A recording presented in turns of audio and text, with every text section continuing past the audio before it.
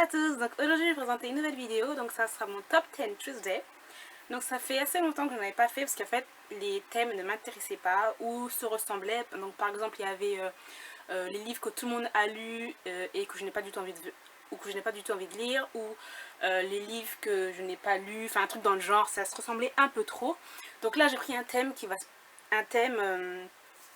sera, je sais pas quand est-ce que... Bon, de 2 semaines, j'ai pris déjà, 2 semaines d'avance en fait. Il m'intéressait un peu plus celui-là, un peu plus original. Donc en fait le thème c'est les 10 livres qui parlent de, où les histoires, les personnages sont soit handicapés, soit sur la minorité, soit sur l'homosexualité, etc., etc. Voilà, sur ce genre de sujet. Donc j'en ai sélectionné 10. J'espère... Il y en a un, je vais vous montrer tout de suite, mais j'hésitais à le mettre, j'étais pas trop sûre, je me souviens pas trop de l'histoire non plus. Donc je vous montre tout de suite. Donc c'est Nos étoiles contraires de John Green. Celui-là en fait, franchement je me souviens pas trop de l'histoire. Pour tout vous dire, j'ai pas aimé, j'ai pas détesté non plus, mais c'est pas été un coup de cœur, voilà, je l'ai pas trouvé, ça m'a pas touché plus que ça en fait. Et je crois qu'en fait l'héroïne elle a une maladie respiratoire, je sais pas si c'est la mucoviscidose, non c'est pas ça, mais je crois qu'elle a une maladie respiratoire. Et le gars qui s'appelle Augustus, je sais plus trop son nom, voilà, vous voyez le truc. Je crois que le gars il a une prothèse de la jambe, je crois qu'il a une jambe qui est coupée. Mais je sais plus trop si c'est ça. Enfin, si vous savez, dites-le moi, comme ça vous pourrez m'éclaircir un petit peu sur ce sujet. Donc voilà, j'ai pris celui-là. Ensuite, on va mettre là. J'ai pris, le tome 2. J'avais le tome 1 qui était là, mais je l'ai vendu. Je sais pas pourquoi, je me prendrai l'intégrale. Donc c'est La couleur de la haine de Malory Blackman. Donc c'est la saga entre chien et loup. Voilà. Donc ça en fait, ça parle de racisme en fait sur les minorités, mais en fin de compte, c'est un peu, comment dire, c'est à l'inverse. D'habitude, c'est une dystopie en plus. Hein. Mais là, c'est clairement, c'est les personnes de couleur, les noirs, qui dominent en fait le monde, et c'est les personnes blanches qui sont, qui sont un peu discriminées par rapport à ça, et qui sont pauvres, qui sont... Voilà. Et de ce que je me souviens, j'avais beaucoup aimé le tome 1, le tome 2, j'avais beaucoup aimé aussi. J'ai pas continué je sais pas pourquoi je l'ai pas continué cette série, parce qu'elle est vraiment super. J'ai beaucoup aimé la plume de Malory Blackman, et j'ai beaucoup aimé ce livre, ce qui fait réfléchir, parce que voilà, ça on va dire là, ça fait un peu l'inverse, et j'avais beaucoup aimé. Donc je pense que, je me prendrai l'intégrale de cette série pour que je me replonge là-dedans, mais elle est vraiment très très bien. Voilà. Ensuite, j'ai pris Prince Captif, le tome 1 de C.S. Paca. Donc là, en fait, c'est c'est un roman gay dans l'univers de Game of Thrones. Donc je ne l'ai pas encore lu, j'ai vraiment hâte de le lire. Et j'ai entendu que de très bons avis dessus. Après, j'ai pris Le sang des gladiateurs de David Cooper. Donc là, c'est un roman gay encore une fois, mais qui se passe 90 ans. Attends. Qui se passe où? Je sais même plus. Franchement, j'ai pas préparé la vidéo. Hein. Franchement, on va dire comme d'habitude, Coralie. Mais c'est où encore? C'est à Rome, voilà, avec des gladiateurs. C'est des combats de gladiateurs. Non, le sang des gladiateurs. Franchement, je sais même pas pourquoi j'ai réfléchi. Et donc voilà, ça va se passer entre deux guerriers. Et on va voir, je n'ai pas lu encore cette histoire, hein, donc on verra bien si j'aime ou pas. Ensuite, j'ai choisi Nos faces cachées de Amy Harmon. Parce que nous avons un personnage, Bailey, voilà, qui est handicapé. Je sais plus c'est quoi encore ça, la myopie, je sais plus si c'est la myopathie de Duchenne. C'est par rapport aux os, mais je sais plus trop. Voilà, mais bref, c'est en tout cas, nous avons Bailey un des personnages principaux de cette histoire qui est handicapé, qui est dans un fauteuil roulant et qui ne peut plus se servir de ses membres, de ses articulations. Et on a aussi le personnage principal qui est Ambrose, qui va après la guerre, quoi, il va revenir mais avec le visage déformé. Et voilà, donc j'avais beaucoup aimé ces histoires, ça avait peut-être un coup de cœur, hein, je peux comprendre pourquoi ça a fait tout un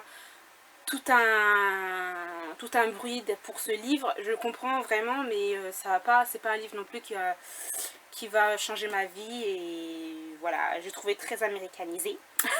Donc voilà. Ensuite, j'ai choisi Avant toi de Jojo Moyes. Alors là, ça a été un coup de cœur, ce livre, il est mais excellent, excellent. Ça fait 3-4 ans que je l'ai lu ce livre, je ne sais plus quand, mais j'ai toujours l'histoire en tête. C'est la preuve, quand il y a un livre, c'est coup de cœur, on se souvient toujours de l'histoire. Donc là, franchement, j'ai adoré. Donc là, en fait, ça va être sur l'un des personnages principaux qui, après avoir eu un accident, va se retrouver en chaise roulante. Et il va y avoir une histoire d'amour, mais sublimissime, pas que, sur aussi le sujet très tabou en France comment on dit ça, du suicide assisté, voilà. J'ai adoré, donc pour ceux qui n'ont pas lu encore ce livre, franchement, essayez, il est sublime. Il est sublime, franchement, je trouve.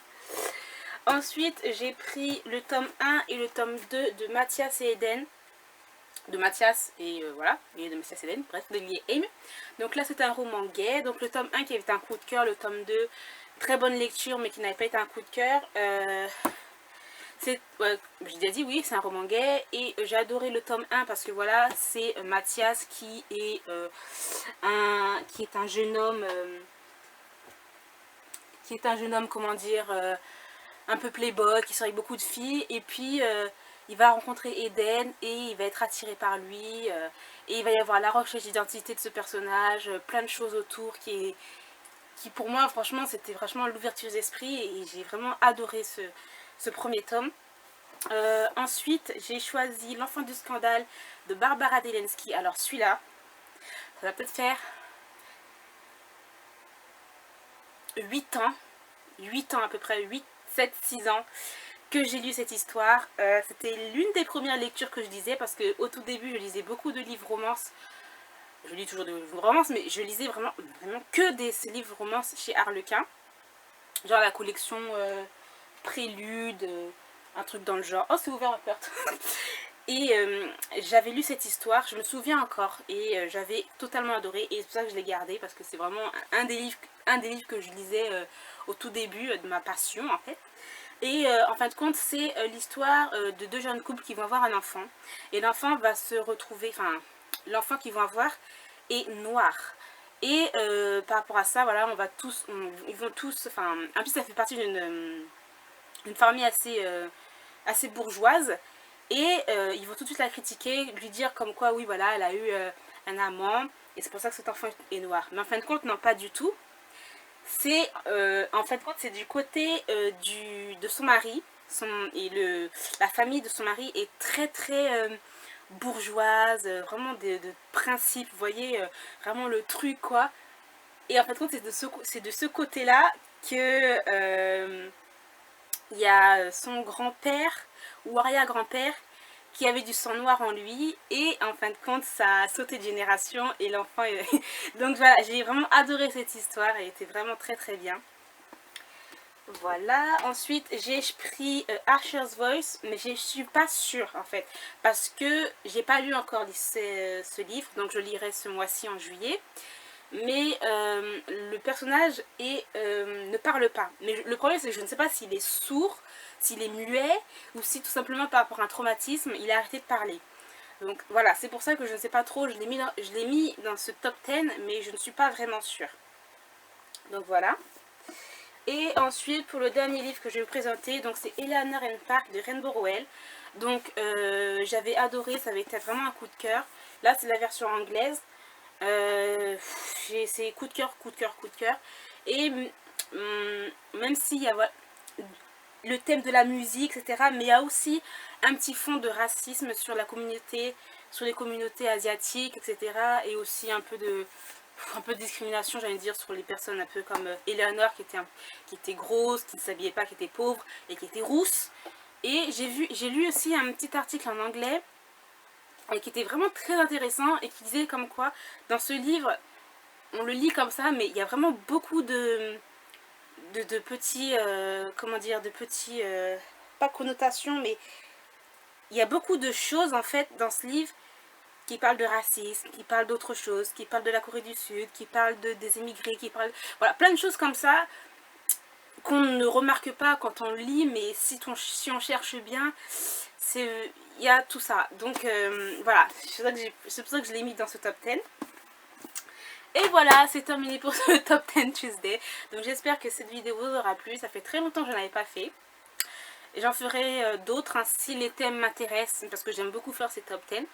Je vous dis à très bientôt pour une nouvelle vidéo et passez de bonnes lectures. Bye!